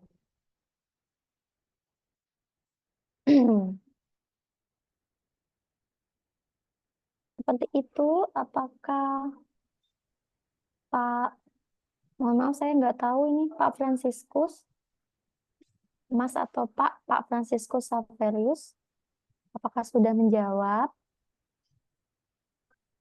Ya, Oh, Mas. Bapak ya? Oh, Mas.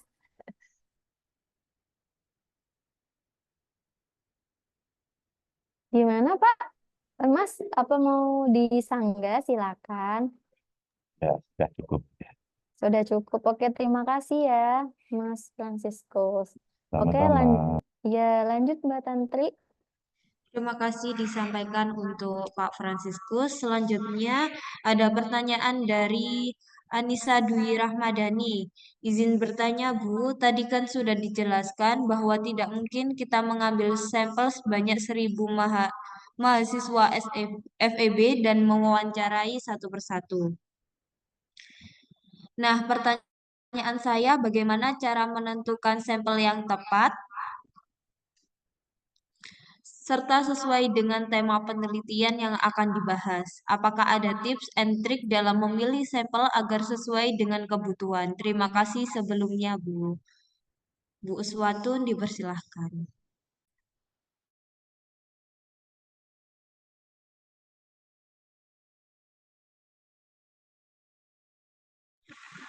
Sebelumnya mohon maaf Bu, Ibu Uswatun masih off mic.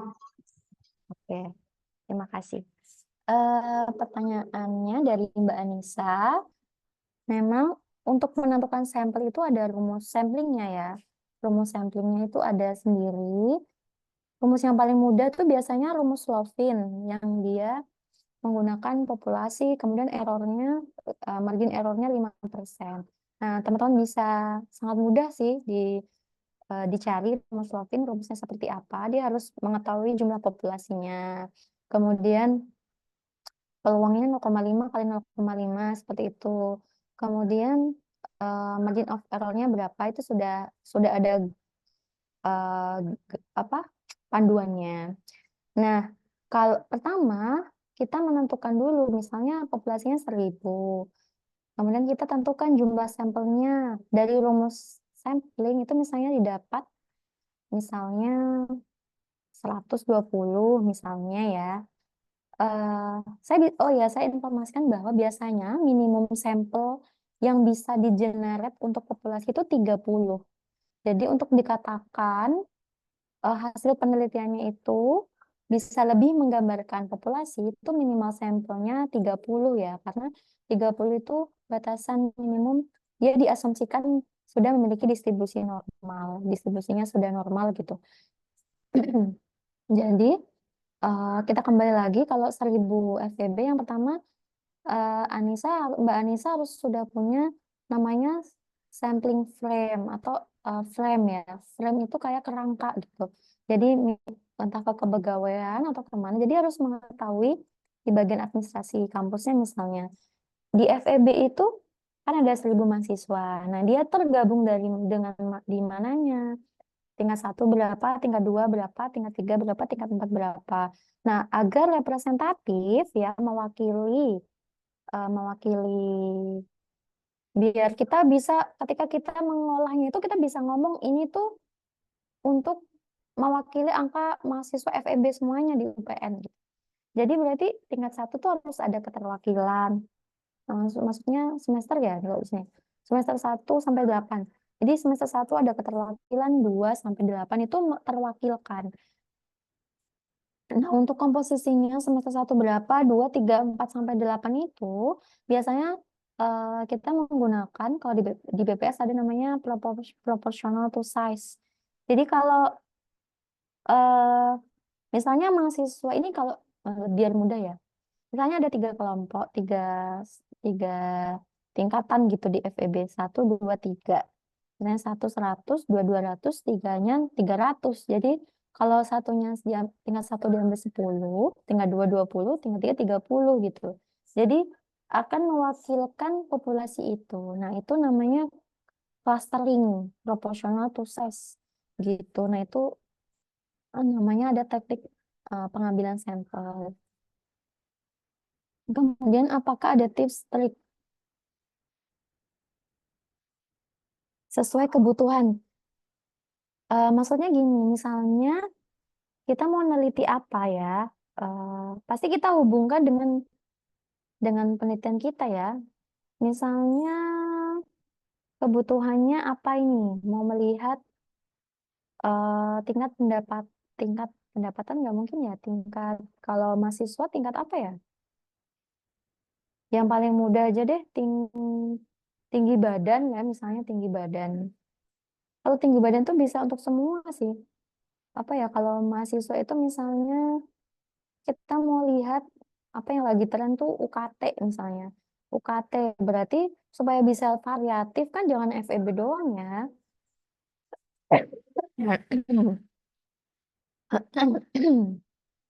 Jadi bisa antar fakultas gitu. Apalagi untuk fakultas kedokteran misalnya. Ada nggak ya di UPN? Ada Ibu. Nah, misalnya kayak gitu. Jadi eh, kita hubungkannya, terus kita juga sesuai kebutuhan ini, tapi saya masih bingung pertanyaan Mbak Nisa maksudnya gimana? Sesuai kebutuhan contohnya apa?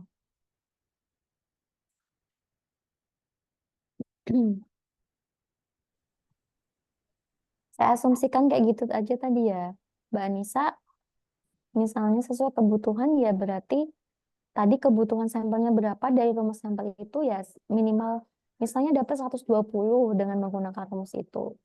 Berarti minimal sampel yang kita data itu ya 120 gitu. Dengan menyebar proporsional ke masing-masing tingkatan. Seperti itu, Mbak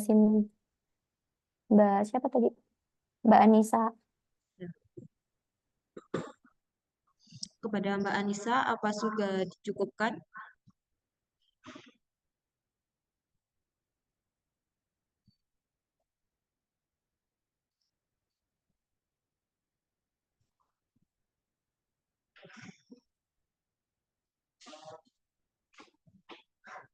Selanjutnya yaitu pertanyaan terakhir dari Mbak Cynthia.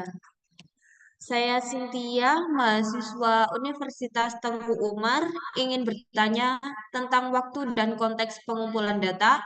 Apakah ada kondisi khusus atau konteks tertentu yang perlu diperhatikan yang dapat mempengaruhi data?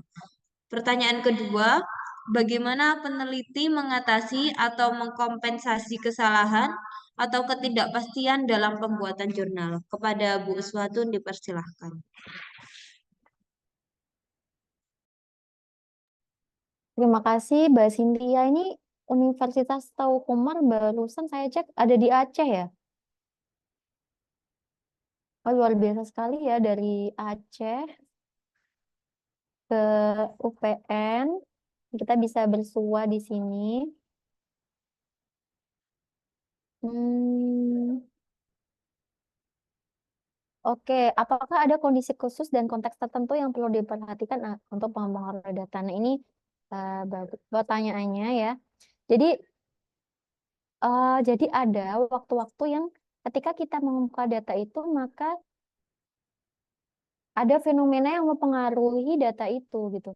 Misalnya, kita misalnya data pengeluaran ya, data pengeluaran bulan apa kemarin? April Mei gitu. April Mei Januari sampai Juni gitu. Pasti akan ada pengeluaran itu yang tinggi, rata-rata semuanya akan tinggi di April sampai Mei. Di April lah ya. Karena di situ ada lebaran. Ya, benar ya. Jadi kita harus juga memperhatikan fenomena-fenomenanya seperti itu. Atau misalnya di waktu itu ada puasa. Jadi data yang akan kita cari gitu di lapangan itu, kalau kita ini berarti pengumpulan data ya. Jadi kita ambil data primer atau data sendiri gitu di lapangan. Jadi bukan dalam mm, normal session. Jadi ada session yang misalnya bulan yang Desember gitu, Natal dan Tahun Baru. Nah, ketika dibandingkan dengan November misalnya, ya pasti akan jomplang ya yang November itu. Karena Desember pasti akan lebih banyak. Itu kan libur sekolah, Tahun Baru, dan Natal. Nah, fenomena-fenomena seperti ini juga kita harus mengetahuinya. Jadi supaya tidak ada apa ya variabel itu kan variabel eksternal gitu ya. Fenomena itu variabel eksternal yang bisa mempengaruhi kondisi ini kita ya, apa pengumpulan data kita. Gitu. Itu sih yang kondisi tertentu yang dapat diperhatikan. Atau misalnya ya yang kalau apa ya, misalnya kita mau melihat jumlah pengunjung perpustakaan, tapi kita penelitiannya saat hari libur kuliah gitu, libur semester. Nah, otomatis kan itu kurang representatif untuk mendapatkan gambaran seperti itu. Kemudian pertanyaan kedua, bagaimana peneliti mengkompensasi kesalahan? Oke. Jadi sebenarnya tidak ada jurnal yang semuanya benar. Jadi bahkan di rekomendasi dan saran, sebenarnya jurnal itu meminta perbaikan gitu. Jadi kita kita tuh tidak apa-apa salah di jurnal itu sangat tidak apa-apa. Jadi membuat jurnal itu nggak apa-apa salah. Nanti akan diperbaiki oleh jurnal lainnya gitu.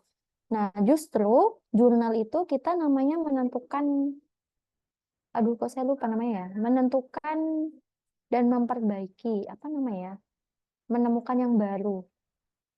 Hmm.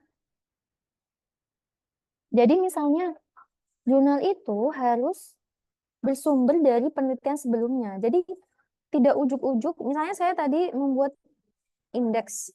Jadi tidak ujuk-ujuk saya bikin indeks. Saya juga mengacu bahwa sebelumnya sudah ada indeks pembangunan manusia misalnya. Tapi belum ada infrastruktur. Kemudian saya membuatnya dan membuat dengan berpedoman pada jurnal-jurnal sebelumnya. Jadi kita tidak boleh menulis jurnal dari tanpa jurnal lain gitu. Jadi justru sebaiknya kita mengacu pada referensi jurnal lain yang barangkali belum sempurna dan belum semuanya benar. Justru tugas peneliti itu memang memperbaiki kesalahan-kesalahan yang ada di jurnal itu gitu. Jadi eh, tidak, maksudnya jangan jangan terburu-buru untuk takut salah dalam membuat jurnal gitu. Kemudian kalau masuk pertanyaannya adalah kesalahan ketika penelitian yang di lapangan, errornya, sampling ya berarti harus memperhatikan margin of error. Jadi tadi kan di jumlah sampel kan ada errornya sekian berapa persen. Nah, harus batasannya biasanya 10% untuk kasus-kasus sosial. Nah, kita kan sudah ada ya, misalnya ketika kita misalnya yang paling mudah regresi berganda lah yang paling mudah itu kan sudah ditentukan ya yang hasil outputnya itu di SPS kan sudah ada signifikansi, p-value-nya berapa. Nah, itu sebenarnya ketika sudah signifikan secara metode metode statistik maka ya itu adalah hasilnya gitu ya. Jadi tidak salah, tapi ada errornya. Errornya tergantung kita mau masang berapa, 5% atau 10%. Biasanya seperti itu. Jadi memang pasti ada error, ada kesalahan dan juga ya tidak apa-apa untuk salah itu sangat sangat wajar gitu. Barangkali itu ya dari jawaban saya, Mbak Cynthia. Oke. Bagaimana Mbak Cynthia? Apa sudah dicukupkan?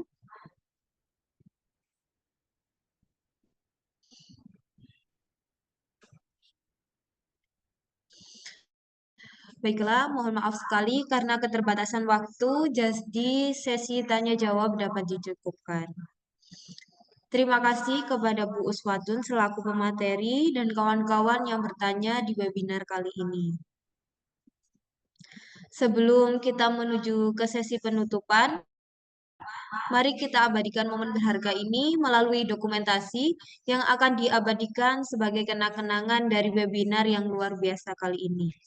Bagi kawan-kawan, diharapkan untuk menyalakan kamera karena akan ada sesi foto bersama.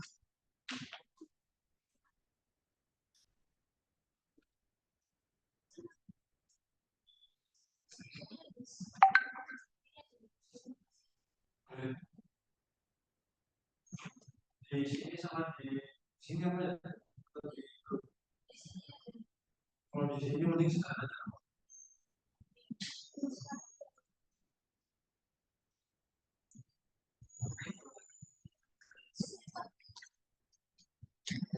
Bagi peserta yang belum menyalakan kamera, dimohon untuk menyalakan karena sesi foto bersama akan segera dimulai.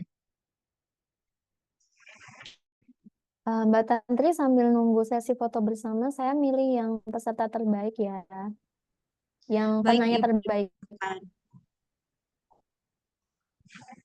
Oke, kalau penanya terbaik. Tadi siapa yang tebak gambar? Mbak Sonia, ya? Mbak Tantri siapa tadi? Sebentar Ibu, saya cek dulu. Mm-mm.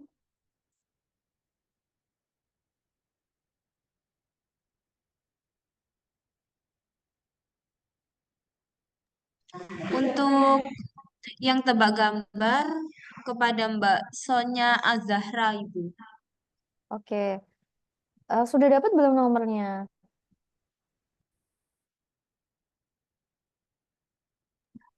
Mungkin Mbak Sonia nanti akan konfirmasi, dimohon konfirmasi ke guru peserta ini. Oke. Dimohon Di untuk chat aja kali ya ke Mbak Ya, Tantri ya. Di chat baik, Ibu. ininya aja ke Zoom. Takutnya nanti nomornya dihubungin yang lain-lain. Ya, Sama Ibu. Mbak, untuk yang penanya terbaik, saya pilih Mbak Cynthia aja ya. Dari Tauku Umar. Karena udah jauh-jauh dari Aceh. Oke. Dua itu tolong saya nanti minta nomor HP-nya ya. Buat dikirim saldo OVO buat beli Selamat kepada mixu. Mbak Sonia dan Mbak Cynthia dari Universitas Tengku Umar.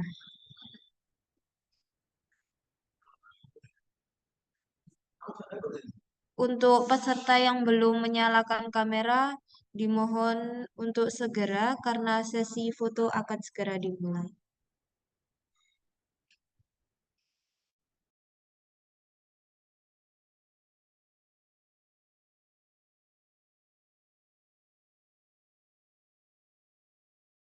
Baiklah, foto dokumentasi akan segera dimulai.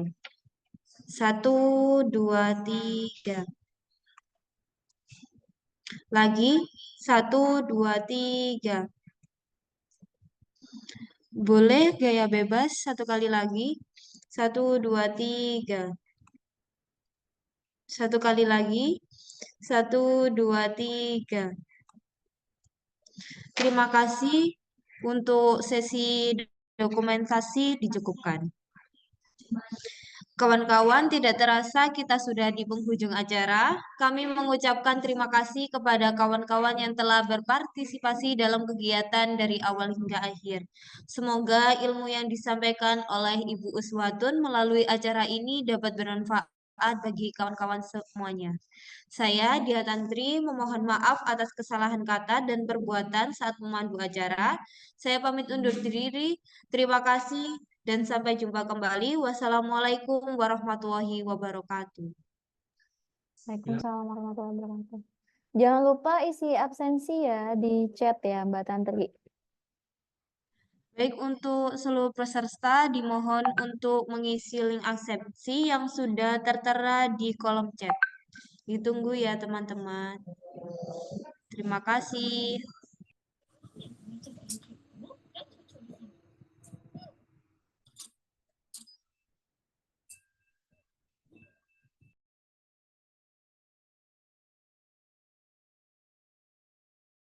Terima kasih ya semuanya. Panitia juga terima kasih ya. Untuk Mbak Sonia dan Mbak Cynthia bisa mengirim nomor WA-nya untuk dihubungi oleh panitia ya. Ditunggu. Terima kasih. Bisa tidak?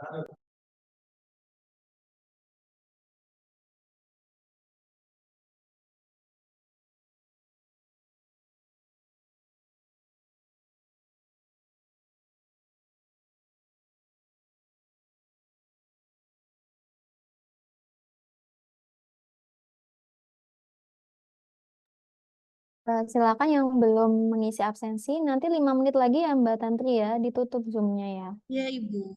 Untuk Mbak Cynthia, ditunggu nomor HP-nya ya untuk mengirim rewardnya.